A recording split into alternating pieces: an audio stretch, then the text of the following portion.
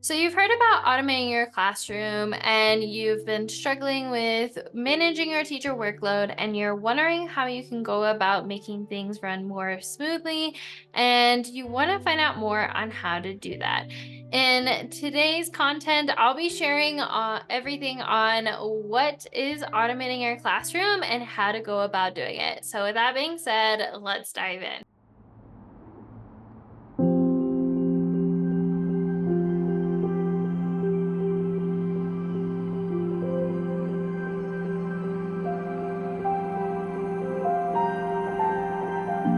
So, the first question you might be asking yourself is, what is automation? Automation is where you run your classroom on autopilot. I like to think about it like this: if you were to sit back and just let your kids or the classroom run itself, what would that be like? That's essentially what having your classroom run on autopilot is.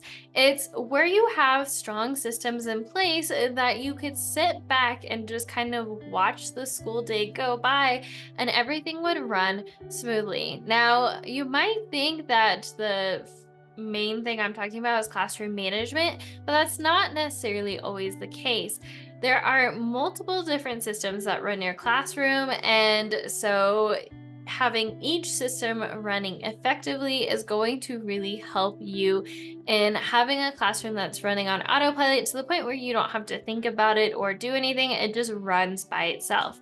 So you might be wondering, how do we get there? How do we have a classroom running on autopilot? Well, see, what I often see, whether it's from other teachers that I'm coaching or my own story, is I see a lot of teachers have a long to-do list with a bunch of random tasks attached to them.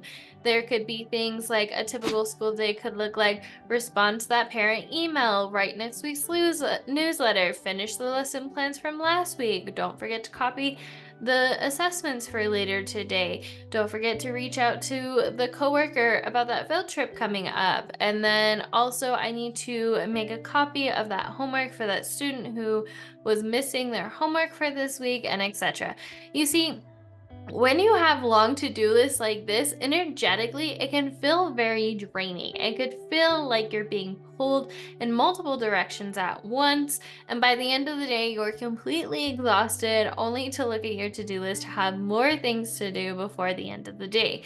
So here's what I recommend doing instead, and what I found energetically works better for me, and that is batching. So, batching is where you do like-minded tasks at a similar time to eliminate task switching. So, task switching is, it takes anywhere from 7 to 21 minutes for you to be at a full focus level of performance in order to carry on a task.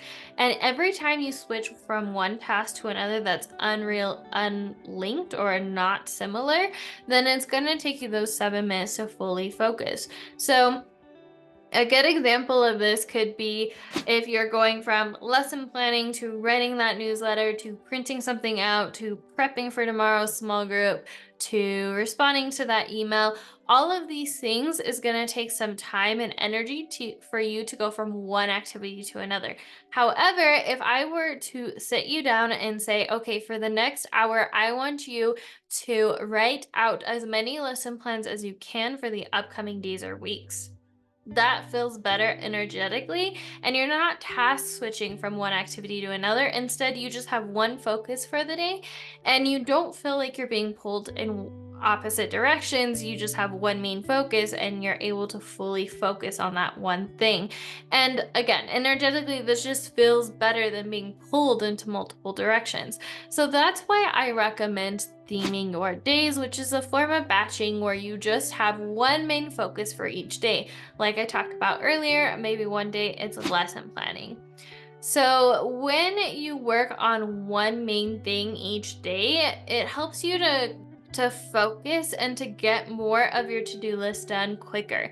Instead of doing lesson plans for just this week, if I sat down for an hour, I might be able to get the next 2 weeks done. And then eventually I'll get even faster and be 3 or 4 weeks done at a time.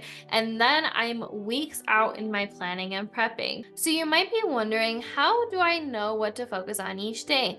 Well, you can just pick something like I talked about earlier, but if you want to find out more in regards to how I like to run my classroom running activities or how I like to run my classroom and theme my days, next week I'll be taking you behind the scenes to show you exactly what I do in order to theme and batch my days.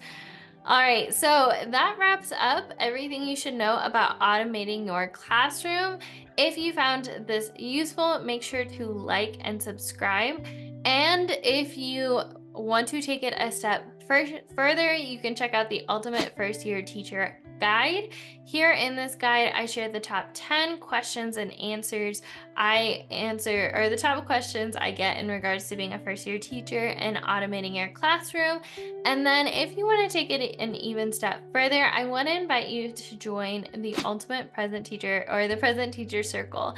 In the Present Teacher Circle, I share everything in regards to what systems I have in the classroom and how I run them so that you can take what's working for me and morph them into your own. We cover things like classroom management, planning, prepping, data collection, communication with families, communication with admin and coworkers, and work-life balance and everything in between. So if there's something you want to learn more about, make sure to check out the link in the description down below. As always, remember we are stronger together, and I'll see you in the next one, Teacher Bestie. Bye!